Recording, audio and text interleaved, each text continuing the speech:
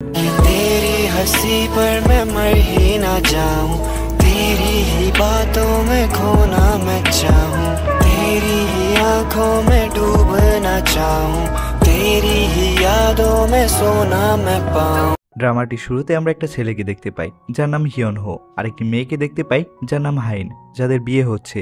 তাদের বিয়ে খুবই আনন্দের সাথে এবং সুন্দরভাবে আয়োজন করা হয়েছে। হিয়ন হো তখন নিজের ভয়েস ওভারে বলতে থাকে, তখনকার সময় আমাদের বিয়ে ছিল টপ লিস্টে 1 নাম্বার, আর আমি আমাদের অফিসে এমপ্লয়িকে বিয়ে করেছি, আর আমরা আমাদের বিয়ে নিয়ে অনেক সুখী। তারপর আমরা তাদের কাটানো সুন্দর কিছু মুহূর্তের ছবি দেখতে পাই, যাতে আমরা বুঝতে পারি যে আসলেই তারা দুইজনে তাদের জীবন নিয়ে অনেক সুখী। তারপর আমরা দেখতে পাই হিয়ন হো এগুলো একটি ইন্টারভিউর মধ্যে বলছিল।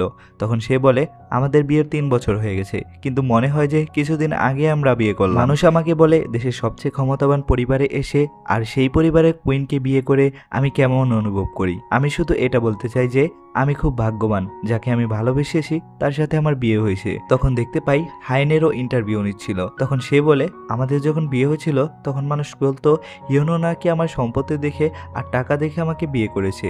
এরকম গুজব ছড়িয়েছে কারণ দুনিয়ার সামনে আমি তখন আমার আসল চেহারা দেখাইনি। আজকে ইন্টারভিউর পর আমি আমার আসল চেহারা সবাইকে দেখাবো।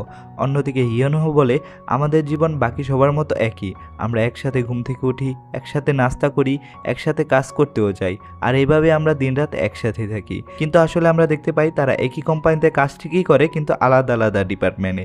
ঘরেও তারা এক রুমে থাকে না, একসাথে খাবার ঠিকই খায় কিন্তু টেবিলের মধ্যে দূরত্ব বজায় রেখে। দুজনে একসাথে অফিসে ঠিকই যায় কিন্তু দুজনে আলাদা আলাদা ডিপার্টমেন্টে কাজ করে। হাইন হলো কুইন্স ডিপার্টমেন্টের সিও, আর অন্যদিকে হিয়ন হলো সেই কোম্পানির লিগাল ডিপার্টমেন্টের হেড ছিল, মানে সে একজন লয়ার ছিল।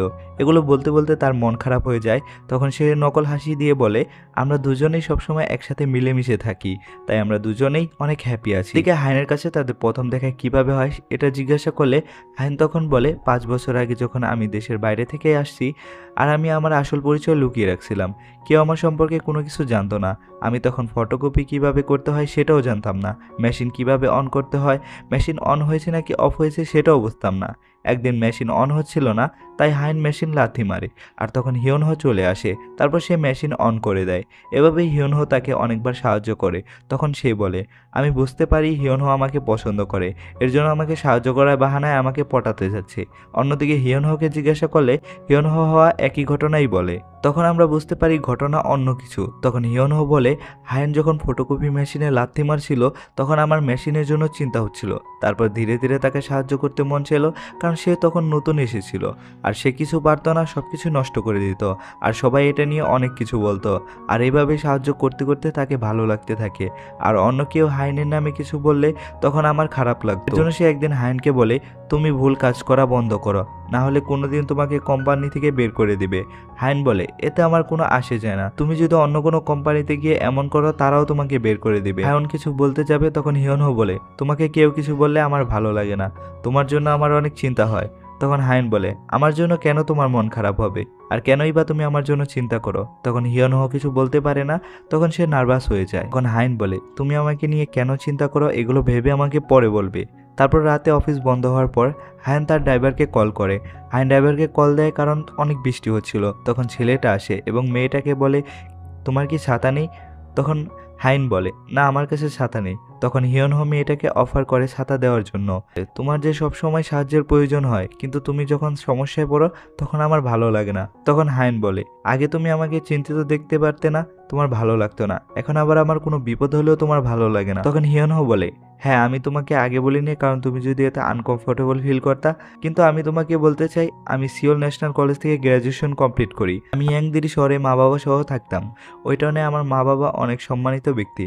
আমার কাছে 35টার বেশি গরু আছে। এদিকে আমি শহরে একটি ফ্ল্যাট বাসা ভাড়া নিয়েছি, এখন সেটা লিজ নিয়ে নিছি যাতে প্রতি মাসে ভাড়া দেওয়া না লাগে। তুমি হয়তো বা ভাবতে পারো এসব কিছু আমি কেন বলছি কারণ আমার কাছে ভালো থাকার জায়গা আছে এবং আমার কাছে অনেক সেভিংসও আছে। তখন মেয়েটা বলে, তুমি এসব কি বলতে যাচ্ছ? তখন হিয়নহো বলে, তোমাকে যদি চাকরি থেকে বের করে দেয় আর তখন যদি তুমি কোনো চাকরি না পাও তখন আমি তোমাকে দেখে শুনে রাখতে পারবো। তখন হাইন অনেক সারপ্রাইজ হয়ে যায়। আর তখন হিয়নহো বলে, আমি সবসময় চাইতাম আমার ফিউচার ওয়াইফ কোনো চাকরি করে, আর শেফটা যদি তুমি হও তাহলে আমি একা চাকরি করে সংসার চালাইতে পারবো। মেয়েটা তখন ছেলেটার এসব কথা শুনে একদম আশ্চর্য হয়ে যায়। হাইন কিছু বলার আগে ছেলেটা বলে, আমি তোমাকে অনেক পছন্দ করি। আর এটা শুনে হাইন কোনো উত্তর দিতে পারছিল না। এখন এই মুহূর্তে কোনো উত্তর দিতে হবে না, এর জন্য তোমাকে কোনো চাপও নিতে হবে না। এটা বলে হিয়নহো তার ছাতা হাইনকে দিয়ে বলে আর ভিজো না। তখন হাইন ছাতাটা নেয় না আর হিয়নহোকে কিছু বলতে চায়, তার আগেই হিয়নহো বলে নিজের যত্ন নিয়ে। এটা বলে বৃষ্টির ভিতর হিয়ন ভিজতে ভিজতে চলে যায়। তখন হিয়নহো চলে যাবার পর হাইন বলে আমার ড্রাইভার আমাকে নিতে আসছিল, এটাই তো আমি বলতে চাইছিলাম। তারপর ধীরে ধীরে হাইন ওর উপর অনেক বেশি ইমপ্রেস হয়ে যায়। তখন হাইন হিয়নকে পছন্দ করা শুরু করে। তারপর সিন বর্তমানে চলে আসে এবং হাইন বলে এভাবেই আমাদের প্রেম কাহিনী শুরু হয়েছিল। তারপর আমরা অনেকদিন যাবৎ একজন আরেকজনকে ডেট করি। আর যখনই হাইনের পরিবার সম্পর্কে হিয়নহো জানে এবং সাথে সাথে চাকরি ছেড়ে দিয়ে গ্রামে তার পরিবারের কাছে চলে যায়। তারপর হাইনের কল ইগনোর করা শুরু করে, কথা বলা বন্ধ করে দেয়। তারপরে ফ্ল্যাশব্যাকে দেখা যায় হিয়নহো মেয়েটাকে অনেক মিস করছিল। ছেলেটা তার রুমে ছিল এবং সে অবস্থাতে হাইনকে সে অনেক মিস করছিল আর ফোন দেখতেছিল। এবং তখনই তার ফোনে একটা মেসেজ আসে। তখন মেসেজে হিয়নহোকে বের হয়ে আসতে বলে। আর তখন হেলিকপ্টারের সাউন্ড শুনতে পায়। আর তখন সে বের হয়ে দেখে তাদের ক্ষেতের উপরে একটা হেলিকপ্টার দাঁড়ায় আছে আর হেলিকপ্টার থেকে হাইন বেরিয়ে আসে। এটা দেখে টাউনের সবাই তো অনেক অবাক হয়ে যায়। তখন তারা একজন আরেকজনকে দেখছিল এবং হাইন তখন তাকে বলে তুমি কি আমাকে এভাবে ছেড়ে দিবে। আর যেহেতু হিয়নহো মেয়েটাকে অনেক বেশি পছন্দ করতো আর ভালোবেসেছিল, তখন সে দৌড়িয়ে মেয়েটার কাছে যায় এবং তাকে জড়িয়ে ধরে। আর দুজনেই অনেক খুশি ছিল। তারপর সিন আবার বর্তমানে চলে আসে এবং হিয়নহো বলে সেদিন হাইনকে দেখতে অনেক অনেক সুন্দর লাগছিল এবং মনে হইতাছিল যে জান্নাত থেকে কোনো পরী আসছে। আর তখন একটা মহিলা সাংবাদিক জিজ্ঞাসা করে হাইনকে কি আগে কখনো সুন্দর লাগে নাই আর এখন কি সুন্দর লাগে না। তখন হিয়নহো অনেক নার্ভাস হয় আর বলে যে এমন না, ও তো আমার কাছে এখনও একজন পরী। আমি আপনাকে বারবার বলছি না আমি আমাদের বিয়েতে অনেক খুশি, অনেক ভালো একটা বৈবাহিক জীবন কাটাচ্ছি আমরা, যেমনটা আমরা 3 বছর আগে দুজন দুজনকে ভালোবাসতাম। তখন হিয়নহোকে দেখে মনে হচ্ছিল যে ও একদম মিথ্যা কথা বলছে আর ওদের মধ্যে কি সমস্যা সেটা ড্রামার আগে গেলেই বোঝা যাবে। তখন পরের সিনে দেখা যায় হিয়নহোর কিছু কলিগ যারা স্কুলে ওর সাথে ছিল, এরাও হিয়নহোর সাথে কুইন গ্রুপের লিগ্যাল টিমে কাজ করতো। সেখান থেকে একজন বন্ধু বাকিদের বলতে থাকে হিয়নহো হাইনকে ডিভোর্স দিয়ে দিবে। আর হিয়নহো চায় যে ওদের 3 জনের ভিতরে কে একজন সাক্ষী হোক আর ওর ডিভোর্সের সকল কাজে সাহায্য করুক। আর বাকি সবাই বাহানা দেওয়া শুরু করে কারণ ওরা কুইন্স গ্রুপকে অনেক ভয় পায়। আর কোর্টে যদি এরা হেনের বিপক্ষে সাক্ষী দেয় বা কুইন গ্রুপের সাথে পাঙ্গা দেওয়ার চেষ্টা করে তাহলে বাকিদের মতো ওরাও ধ্বংস হয়ে যাবে। তখন একজন বলে হিয়নহো তো নিজেই একজন উকিল, সে নিজেই যদি নিজের কেসটা লড়ে।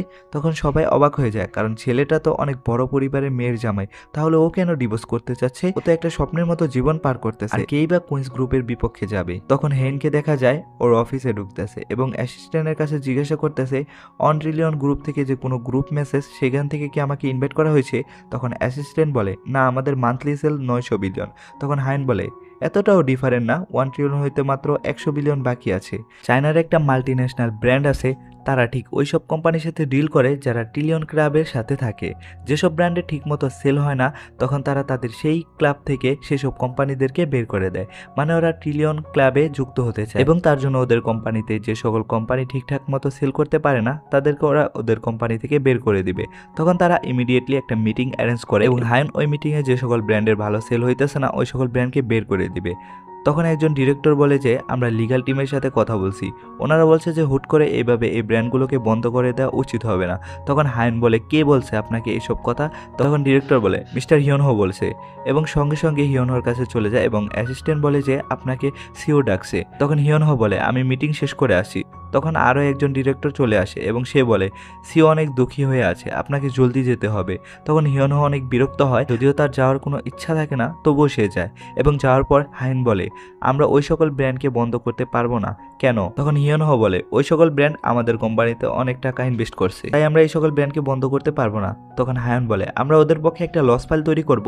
তখন হিয়নহো বলে এতে আমাদের কোনো লাভ হবে না, কারণ আমরা ওদের সাথে জিততে পারবো না, কারণ আইন এখন অনেক বদলে গেছে। আমাদের মতো বড় বড় কোম্পানি যেন তাদের পাওয়ারের অসৎ ব্যবহার করতে না পারে সেজন্য তাদের এই নিয়ম করা হয়েছে। তখন হায়ন বলে তোমার কি মনে হয় যে আমি পাওয়ারের অসৎ ব্যবহার করছি? তখন হিয়নহো বলে আমি এটা বলতে চাচ্ছি না। তখন হায়ন বলে আমরা কি কোনো নন প্রফিট অর্গানাইজেশন যে ব্র্যান্ড আমাদেরকে প্রফিট দেয় না তাও আমরা তাদের রাখবো? এটা করে কি আমাদের নিজেদের ক্ষতি নিজেরা করব না? তখন হিয়নহো বলে সেলস ডিপার্টমেন্টে কোনো সমস্যা আছে, তারা ব্র্যান্ড প্রমোট করছে না, যার কারণে ব্র্যান্ডের সম্পর্কে অনেকেই জানতে পারে না, যার কারণে সেলস অনেক কম হয়। যদি সে সকল ব্র্যান্ড চায় আমাদের নামে কমপ্লেন করতে পারে, ওরা চাইলে আমাদের নামে মিডিয়া প্রেসকে বলতে পারে এবং চায় না আমাদের নামে কেসও করতে পারে, এতে করে আমাদের সমস্যা আরও বাড়বে। তার তার থেকে ভালো আমরা রেখে দিই, তাদেরকে প্রমোট হতে সাহায্য করি, এতে করে আমাদেরও সেল বাড়বে। তখন হাইন বলে, আমি আপনার কাছে কোনো অ্যাডভাইসের জন্য ডাকিনি আপনাকে, এ সকল ব্র্যান্ডকে বন্ধ করে দিব, যদি তারা মানতে না চায় কেস করো, আর কেস জিতো। যদিও হিয়নহোর তার কথা একদমও ভালো লাগে না, তবু সে বলে জি ম্যাম।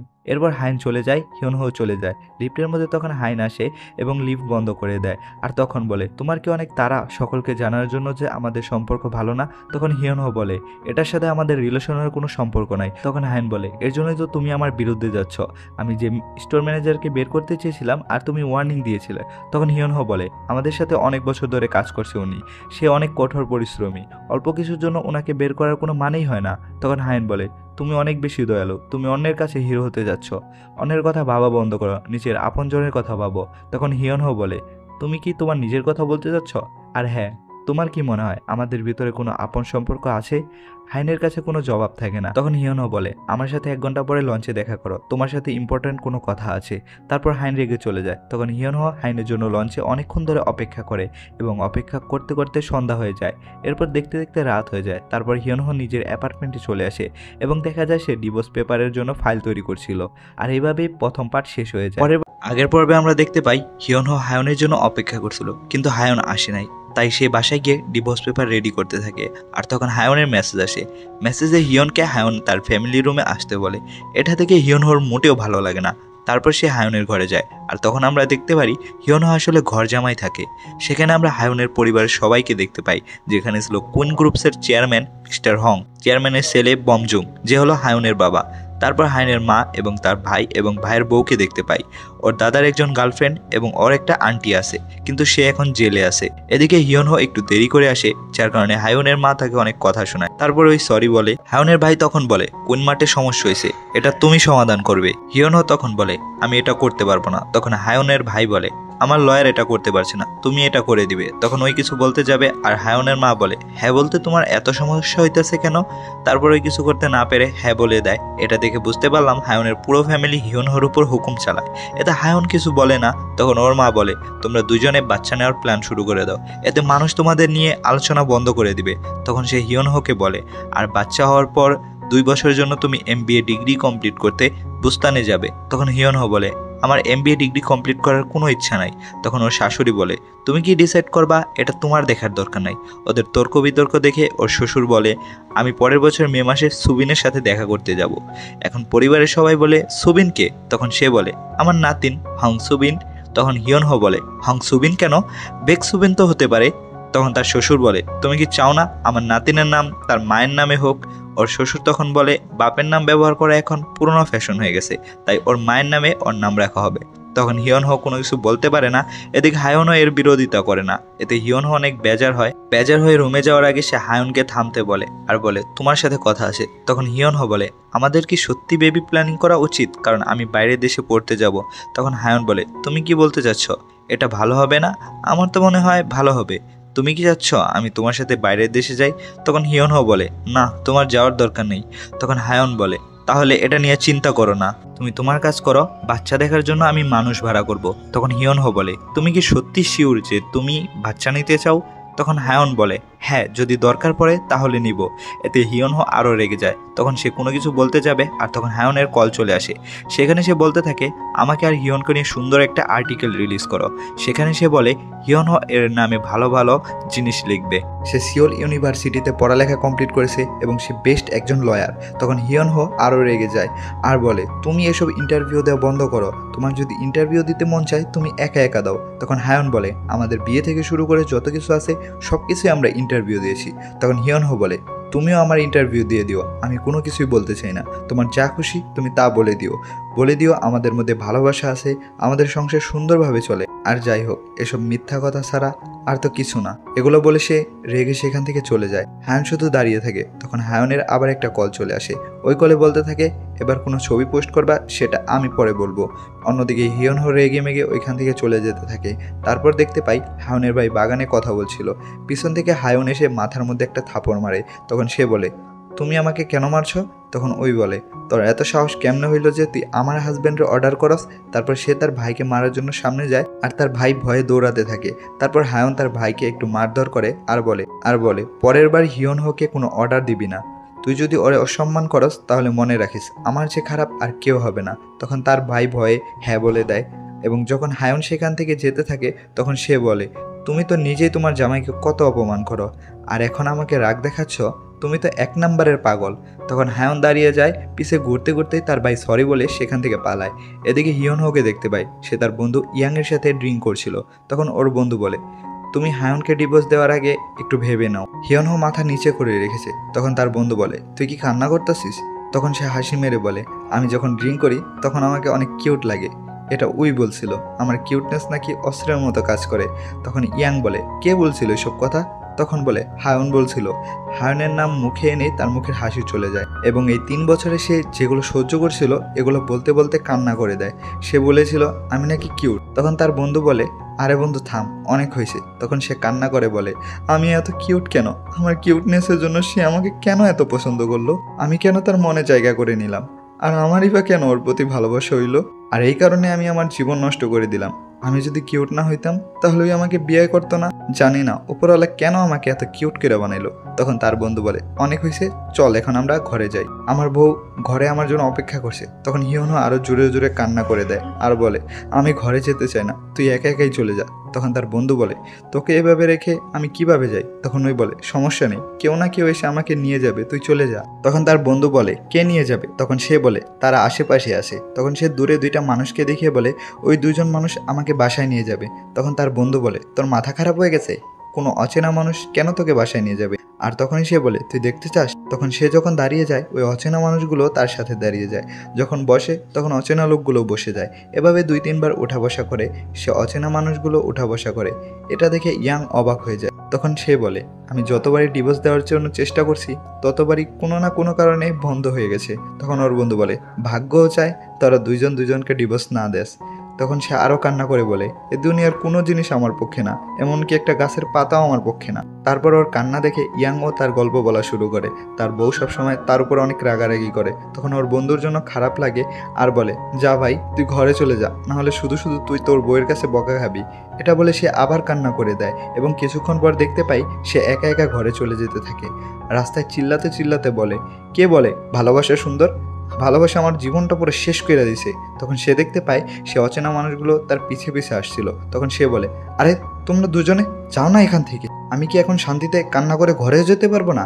এতে সেই অচেনা মানুষগুলো চলে যেতে থাকে। তারপর সে অরিজিৎ সিংয়ের একটা দুঃখের গান গায়, গাইতে গাইতে বাসায় যায়। ঘরে এসে তার বউয়ের রুমের দিকে আসে, তার বউ জাগনা থাকে। তখন সে হিয়নহোর পায়ের শব্দ শুনে দরজার সামনে আসে, যাতে হিয়নহো দরজা নক করে তাহলে সে দরজা খুলবে। কিন্তু ওই সেখানে অনেকক্ষণ দাঁড়িয়ে থাকে। তারপর হিয়নহো তার নিজের ঘরে চলে যায়। ওর ঘরের দরজা বন্ধ করার শব্দ শুনে হায়ন তার নিজের বেডে চলে যায়। এতে আমরা বুঝতে পারি যে ওরা এখনও একজন আরেকজনকে ভালোবাসে। হায়ন ল্যাপটপে হিয়নহোর স্মাইল করা ছবি দেখে ভাবে, অনেকদিন হলো ওই আমার সামনে এভাবে হাসে না। পরের দিন আমরা হিয়নহোকে দেখি যে এখন জেলে আসছে তার ফুফু শাশুর সাথে দেখা করতে। ওই যে বলছিলাম একজন আন্টি যে এখন জেলে আছে, সেখানে আমরা জানতে পারি তার ফুফু শাশুড়ি 3টা বিয়ে করেছিল। কিছুদিন পরেই সে সবাইকে ডিভোর্স দিয়ে দিয়েছিল আর কোম্পানির সব টাকা নিয়ে কিছু করেছিল। এ ব্যাপারে চেয়ারম্যান সব কিছু জেনে যায় আর ওই আন্টি মানে ওই মহিলা ভাবে যে এই সব কিছু চেয়ারম্যানের গার্লফ্রেন্ড মানে চেয়ারম্যানের কাছে বলছিল। এর জন্য সে চেয়ারম্যানের গার্লফ্রেন্ডের উপর আক্রমণ করে। এই কারণে চেয়ারম্যান রাইগা টাইগা ওর নিজের মেয়ারে জেলে ভইরা দেয়। কিন্তু এখন চেয়ারম্যান তার মেয়ের জন্য চিন্তা হচ্ছিল, এ কারণে সে হিয়নহোকে পাঠায় তাকে জেল থেকে বের করতে। ওই দিন চেয়ারম্যানের বইয়ের মৃত্যুবার্ষিকী থাকে, মানে হায়নের দাদির মৃত্যুবার্ষিকী, আর সেখানে সবাই উপস্থিত থাকবে। তখন আমরা জানতে পারি হায়নের বড় কাকা মানে বড় চাচা তার দাদার সাথে ঝগড়া করে বিদেশ চলে গিয়েছিল, সে আজ দেশে ফিরবে। এদিকে আমরা আরও দেখতে পারি এবারে যত মেয়ে আছে তাদের জামাই সব ধরনের ফাংশনে সব প্রস্তুত করে থাকে এবং সেখানে হায়নের যত কাজিন আছে এবং তাদের যত জামাই তারা সবাই রান্না করতে এসেছে। সেখানে আমরা হিয়নহোকে দেখতে পাই। এখানে আমরা বুঝতে পারি যে এই ফ্যামিলির সব মেয়ের জামাইয়ের একই অবস্থা, কেউই এই ফ্যামিলিকে পছন্দ করে না। কিন্তু এরা সবাই হিয়নহোর জন্য বেশি কষ্ট পাচ্ছিল, কারণ এরা তো হায়নের দূর সম্পর্কের কাজিনের জামাই, কিন্তু হিয়নহো তো কুইন্স গ্রুপের মেয়ের জামাই।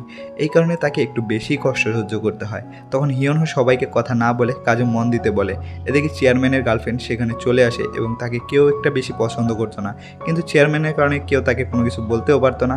কিছুক্ষণের মধ্যেই মৃত্যুবার্ষিকীর অনুষ্ঠান শুরু হবে আর তখন হায়নের ফুফু সেখানে এন্ট্রি মারে আর সেখানে ঝামেলা শুরু করে দেয়।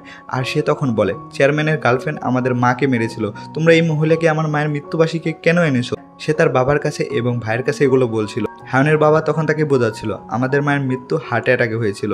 তখন তার ফুফু বলে হার্ট অ্যাটাক এই মহিলার কারণে হয়েছে, এই মহিলাই আমাদের মাকে মেরেছিল। তখন সে তার মামার কাছে মানে তার মায়ের ভাইয়ের কাছে বলে তোমার বোনকে এই মহিলা মেরেছে, আমাকে বিশ্বাস করো। তখন তার মামা বলে আমাদের পরিবারের সবারই হার্ট অ্যাটাকের সমস্যা ছিল, আর সেও নর্মাল হার্ট অ্যাটাকেই মারা গেছে। তখন চেয়ারম্যান তার মেয়েকে শান্ত করে এবং মৃত্যুবার্ষিকীর কাজ শুরু করে। আর তখন চেয়ারম্যানের বড় ছেলে সেখানে চলে আসে। তখন চেয়ারম্যান মনে মনে বলে এই তো এখানে শুধু নাটক করতে এসেছে, আর তো শুধু এমনি এমনি ছবি তুলতে এসেছে। তখন আমরা এটা বুঝতে পারি চেয়ারম্যান ও তার বড় ছেলের সাথে অনেক বড় ঝগড়া হয়েছে। আর অন্যদিকে হিয়নহোর বাবার আজকে জন্মদিন, কিন্তু এই অনুষ্ঠানের কারণে আজ কোনো জামাই বাড়ি থেকে বের হতে পারবে না। এই কারণে তার সেখানেই থাকতে হবে। ডাইরেক্টর জুন নামে একজন মানুষ যে হঠাৎ করে চাকরি থেকে রিজাইন করেছে।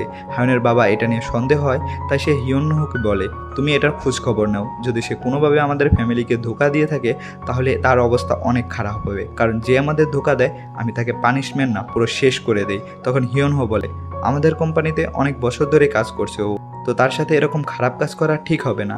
এতে হায়নের বাবা রেগে যায় আর তার দিকে তাকায়। তখন সে বলে আমি এটা একটা উদাহরণ দিতে চাই, যারা আমার ফ্যামিলির বিরুদ্ধে কাজ করে তাদের সাথে আমি কি করি। এতে হিয়নহো আরও ভয় পেয়ে যায়, কারণ সে তার মেয়েকে ডিভোর্স দেওয়ার কথা চিন্তা ভাবনা করছে। যদি সেটা জেনে যায় তাহলে তার অবস্থা কি করবে, আর এটা ভেবে সে আরও ভয় পেতে থাকে। আর পার্ট 2 এখানেই শেষ হয়ে যায়। আগের পর্বে আমরা দেখতে পাই হিয়নহো হাইনের বাবার সাথে কথা বলছিল। হাইনের বাবা বলছিল আমাদের পরিবারের সাথে কেউ কোনো কিছু করলে তার খবর আছে। তখন হিয়নহো ভাবছে আমি তো ওর মেয়েকে ডিভোর্স দিতে যাচ্ছি, যদি এ ব্যাপারে আমার শ্বশুর জেনে যায় তাহলে তো আমার খবর আছে। ভয় পেয়ে হিয়নহো এখান থেকে চলে যায়। পরের দিন সে হসপিটালে যায় এবং ডাক্তারকে বলে আমার ক্ষুধা লাগে না, আশেপাশের মানুষকে দেখে আমার ভালো লাগে না। ডাক্তার সবকিছু দেখে তাকে বলে তুমি একটু অতিরিক্ত চিন্তা করো। তখন ডক্টর বলে তুমি ডিভোর্স কেন নিতে যাচ্ছ। তখন হিয়নহো তাকে সবকিছু বলতে থাকে আমি যে পরিবারে বিয়ে করেছি তারা সবাই একসাথে থাকে, সেখানে একটা দাদা আছে, তার একটা গার্লফ্রেন্ডও আছে এবং তার মেয়ে, এছাড়া আমার শালা এবং শালার বউ সবাই একসাথে থাকে। আর যে কোনো অনুষ্ঠান তারা খুব ধুমধামভাবে পালন করে। বছরে 16টি অনুষ্ঠান তারা পালন করে, বিয়ের অনুষ্ঠান থেকে শুরু করে মৃত্যুবার্ষিকী সবকিছু। আর এই অনুষ্ঠানগুলোর মধ্যে বাড়ির জামাইদের দিনভর কাজ করতে হয়। আর এগুলো দেখে আমার কাছে ভালো লাগে না, কারণ আমার কাছে একটু সময় হয় না যে আমি নিজের জন্য কিছু করব। তখন ডক্টর তার কাজের কথা তাকে জিজ্ঞাসা করে। তখন হিয়নহো বলে আমার জব তো আছে, কিন্তু আমার জবে আমার বউ আমার মালিক এবং আমার শ্বশুর এবং শ্বশুরের বাবাও আমার বস, তো তাদের মধ্যে কারোর কল আসলে আমার ভয় লাগে। তখন ডক্টর বলে এত প্রেশার থেকে তুমি নিজেকে কেন দূরে সরিয়ে নাও না। তখন হিয়নহো বলে এর মাত্র একটাই উপায়, সেটা হলো ডিভোর্স। তখন হিয়নহো বলে এর মাত্র একটাই উপায়, সেটা হলো ডিভোর্স। তখন ডক্টর বলে তুমি তো আরেকটা কাজ করতে পারো, তুমি তোমার বউকে নিয়ে এই পরিবার থেকে দূরে কোথাও যেতে পারো। তখন হিয়নহো বলে আমি যতটা আমার শ্বশুরবাড়ির মানুষকে ঘৃণা করি তার চেয়ে বেশি আমি আমার বউকে ঘৃণা করি, কারণ সে আমাকে একটুও কেয়ার করে না। তার পরিবার আমাকে কত চাপ দেয়, সে একবারও বাধা দেয় না, কারণ সে স্বার্থপর আর শুধু নিজের কথাই ভাবে। আমি শুধু ওর জন্য ওর পরিবারের ঘর জামাই হয়ে এসেছিলাম, আর আজ পর্যন্ত যত কিছু আছে সব সহ্য করছি, কিন্তু ওই আমার কোনো কথাই চিন্তা করে না। বিয়ের প্রথমে বলেছিল তুমি আমাকে বিশ্বাস করতে পারো। তখন আমরা অতীতের একটি ঘটনা দেখতে পাই। 3 বছর আগে যখন হাইন হেলিকপ্টারে হিয়নহোর বাসায় গিয়েছিল, তখন সে হিয়নহোকে প্রমিস করেছিল আমি তোমাকে কখনোই কাঁদতে দিব না। তখন গল্প আবারও বর্তমানে চলে আসে। তখন হিয়নহো বলে আমি বোকা ছিলাম যে ওর কথা বিশ্বাস করে ওরে বিয়ে করছি। ডক্টর বলে তুমি কি কোনোভাবে কষ্ট পাবে যখন হিয়নহোকে ডিভোর্স করবে। তখন হিয়নহো বলে এখন ওর প্রতি আমার কোনো ফিলিংস নেই, আমি শুধু ওকে অনেক ঘৃণা করি, আর এই কারণে আমি ডিভোর্স চাই, কারণ এটাই হলো এখন শেষ উপায় যেটাতে আমি শান্তিমতো থাকতে পারবো। তখন ডক্টর জিজ্ঞাসা করে তাহলে তুমি এখনই কেন ডিভোর্স দিচ্ছ না। তখন হিয়নহো বলে এতে আমি মরতেও পারি, কারণ আমার শ্বশুর অনেক ভয়ানক, যদি কেউ তাদের পরিবারের বিরুদ্ধে যায় তাহলে তার খবর আছে। এটা শুনে ডক্টরেরও খারাপ লাগে আর হিয়নহোর প্রতি দয়া হয়। তারপর সে কতগুলো মেডিসিন দেয় এবং তাকে একটা হাগ করে আর উৎসাহ দেয়। তারপর সে ডক্টরকে বাই বলে সেখান থেকে চলে যায়। তারপর আমরা একটি মহিলাকে দেখতে পাই যার নাম হলো গ্রেস। সে সাধারণত বড় বড় পরিবার মানে বড়লোক পরিবারের ছেলে মেয়েদের ডেটিং ফিক্সড করে, অথবা আমরা বাংলা ভাষায় বলতে পারি ঘটকালি করে। তো মহিলাটি কুইন্স গ্রুপে আসে এবং হাইনের সাথে ফ্রেন্ডলি হতে চায়। তখন হাইন তাকে বলে দেয় বেশি বাড়াবাড়ি করার চেষ্টা করো না, তাহলে বেশি ভালো হবে না। এগুলা বলে হাইন সেখান থেকে চলে যায়। এতে মহিলা রেগে যায়, কারণ সবার সামনে তার অপমান হয়েছে। তারপর সে রেগে গিয়ে হিয়নহোর কাছে যায় আর তাকে বলে আপনি হয়তো আমাকে চেনেন, আমি কিন্তু অনেক বড় বড় পরিবারে ঘটকালি করে থাকি। সেখান থেকে বড় একটি কোম্পানি আছে যেটা হলো তাইওয়ানে। সে কোম্পানিটির বড় মেয়ের অ্যাক্সিডেন্ট হয়ে গেছে এবং সে মারা গিয়েছে। আর যত প্রপার্টি আছে সে একটি প্রপার্টিও পাবে না, কারণ তার সব প্রপার্টি তার ছেলে এবং তার জামাই পাবে। তখন হিয়নহো বলে এরকম কোনো নিয়ম নেই, ওর ওয়াইফ প্রপার্টির অর্ধেক পাবে। এর জন্য একটি কেস ফাইল করতে হবে, এর জন্য তাকে একটি ভালো উকিলের সাথে দেখা করতে হবে। আর আমি একটি ভালো উকিলকে চিনি, তাহলে আমি একটা ভালো উকিলের নাম্বার আপনাকে দিয়ে দিচ্ছি। অন্য কোনো উকিলের নাম্বার আমার দরকার নেই, আপনি তো সবচেয়ে ভালো একজন উকিল, আর আপনি এটি করলে আপনার জন্য সুবিধা হবে, কারণ আপনার সাথে এরকম কিছু হয়েছে। তখন হিয়নহো বলে কি হয়েছে? তখন মহিলাটি বলে যখন আপনার বইয়ের কোনো কিছু হয়ে যাবে তখন আপনার বইয়ের সকল প্রপার্টি কিন্তু তার পরিবার পাবে, আপনি তার মধ্যে কোনো কিছুই পাবেন না, কারণ সে আগে থেকে একটি ফাইল বানিয়ে রেখেছে। আপনার বউ কতটা স্বার্থপর আপনি কি একবার ভেবে দেখেছেন? আর আপনি ভাবছেন আপনার বিয়ে ওয়ার্ল্ডের 1 নাম্বার বিয়ে, এসব ভেবে আপনি ভুল করবেন না, কারণ সে চেয়েছিল একজন চাকর যে তাদের কথায় উঠবে এবং বসবে, সাথে সকল কাজও করবে।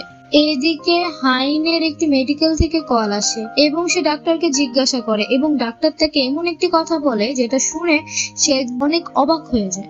এদিকে আমরা হিয়নহোকে দেখতে পাই, সে তার কাজ শেষ করে বাসায় যাচ্ছিল, আর তখন হায়ান তার সামনে চলে আসে আর তাকে বলে চলো আমাদের এক জায়গায় যেতে হবে।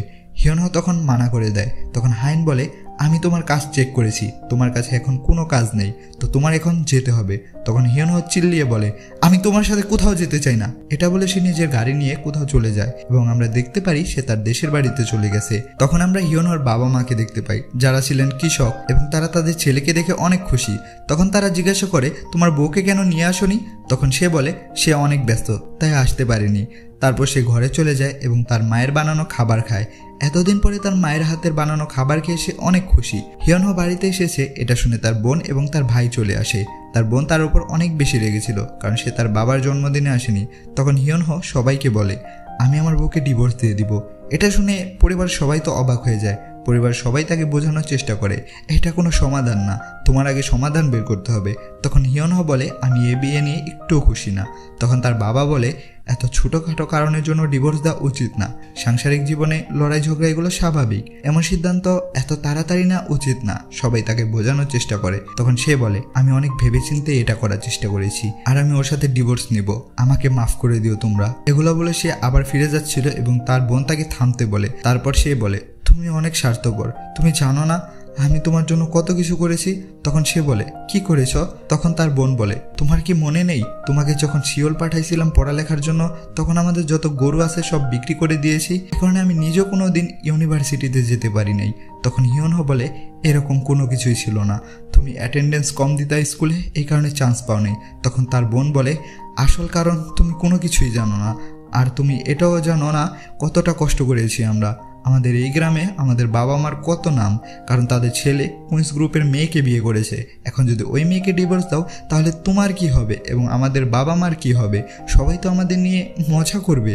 আমার এমন একটা বন্ধু ছিল যারও এমনভাবে ডিভোর্স হয়েছিল, আর সেগুলো নিয়ে এখনও গ্রামের মানুষ ঠাট্টা করে, এতে তার পরিবারের বদনাম হতে থাকে। এগুলো নিয়ে একটু ভালোভাবে ভেবো। আর তখন হিয়নহো সেখান থেকে চলে যায়। তারপর সে আবার সেই বাড়িতে চলে যায় এবং গাড়ি থেকে নামার আগে হাতের যে রিং আছে সেটা দেখতে থাকে। সেটা হলো তাদের এঙ্গেজমেন্টের রিং। তারপর হিয়নহো ঘর থেকে ডিভোর্স পেপার নিয়ে হাইনের কাছে যায় এবং হাইনকে বলে তোমার সাথে আমার কিছু কথা আছে। তখন হাইন বলে আমিও তোমাকে কোনো কিছু বলতে চাই। তখন হিয়নহো বলে আচ্ছা আগে তুমিই বলো। তারপর হাইন বলে আমি খুব তাড়াতাড়ি মারা যাব, আমার কাছে মাত্র 3 মাস সময় বাকি আছে। এতে হিয়নহো অবাক হয়ে যায় আর বলে তুমি কি বলতেছো এসব? তখন হাইন বলে আজকে তোমাকে অফিস এসে দেখা করতে বলছিলাম, তখন তোমাকে আমি হাসপাতালের জন্য কল দিয়েছিলাম কিন্তু তুমি আসো নাই। আমি একা একা হসপিটালে চলে যাই। তখন ডাক্তার আমাকে বলেছে আমার কাছে আর মাত্র 3টা মাস সময় বাকি। তখন হিয়নহো বলে কি বলছো তুমি? তখন হাইন বলে তুমি কি শুনতে পাচ্ছ না আমি কি বলছি? আমার কাছে মাত্র 3টা মাস সময় বাকি আছে, তুমি বলো তুমি কি বলতে চাচ্ছ? তখন হিয়নহো ডিভোর্সের কথা বলার জন্য এসেছিল, কিন্তু হাইনের এমন কথা শুনে ডিভোর্স পেপার নিজের পিছনে লুকিয়ে নেয় আর সে বলে না আমি কোনো কিছু বলতে চাইনি। হাইন বলে না তুমি তো কিছু বলতে চেয়েছো, বলো কি বলবে? তখন হিয়নহো বলে আসলে আমি তোমাকে সরি বলতে এসেছিলাম আজকের জন্য এবং প্রতিদিনের জন্য। তোমার সাথে আমি যেমন বিহেভ করছি সে কারণে তোমাকে সরি। আজকের পর থেকে আমি আর খারাপ বিহেভ করব না, তোমার অনেক বেশি যত্ন নিব, শুধু এটাই বলতে চেয়েছিলাম। তখন আমরা দেখতে পারি ওর চেহারা কান্না কান্না হয়ে গেছে আর বলতেছে, তোমার কাছে মাত্র 3 মাস সময় বাকি আছে। এটা কিভাবে হতে পারে? আমি তোমাকে ছাড়া কিভাবে থাকবো? তখন আমার কি হবে? হিয়নহোর কথা শুনে হাইন তো পুরো অবাক। তখন হাইন বলে, তুমি কি সত্যি সত্যি কান্না করতেছো? তখন হিয়নহো হাইনকে জড়ায় ধরে বলে, আই লাভ ইউ হাইন। তখন আমরা অতীতের একটি ফ্ল্যাশব্যাক দেখতে পাই, যেখানে তাদের বিয়ে হয়েছিল এবং বিয়ের অনুষ্ঠানে ভবিষ্যতে নিজেকে বলার জন্য কিছু রেকর্ড করেছিল। তুমি হাইনকে সবসময় ভালোবাসবে, কখনো ডিভোর্স দেওয়ার চিন্তা করবে না, তোমাদের বাচ্চা হবে একটা অথবা 2টা, আর এইভাবেই তুমি হাইনকে সবসময় ভালোবাসবে। 10 বছর পরেও এভাবেই ভালোবাসবে, কখনো হাইনকে কাঁদাবে না। এদিকে হাইনও নিজের জন্য কিছু রেকর্ড করে রেখেছিল, তুমি 10 বছর পরেও এরকম সুন্দর, হেলদি আর স্ট্রং থাকবে, আর অবশ্যই হিয়নহোর সাথে থাকবে। আর এখানে আমাদের আজকের পর্ব শেষ হয়ে যায়। আজকের পর্বের শেষ মোমেন্টটা অনেক বেশি সুন্দর আছিল, কারণ হিয়নহো হাইনকে জড়িয়ে ধরে বলে, আমি তোমাকে ভালোবাসি হাইন। তার মানে বুঝতে পারলাম এরা একজন আরেকজনকে এখনো ভালোবাসে, কিন্তু কোনো কারণ আছে, এই কারণে তারা একজন আরেকজনকে ঘৃণা করে। পরের পর্বে আমরা আরো ইন্টারেস্টিং কিছু দেখতে পারবো। এর জন্য অবশ্যই চ্যানেলটা সাবস্ক্রাইব করে রাখো, ভিডিওতে একটা লাইক দিও, আর কমেন্ট বক্সে তোমার নাম জানাই দিও। আর ভিডিওটি তোমরা কোথায় থেকে দেখতেছো এটাও কমেন্ট বক্সে জানাই দিও। দেখা হবে পরের ভিডিওতে। Bye bye.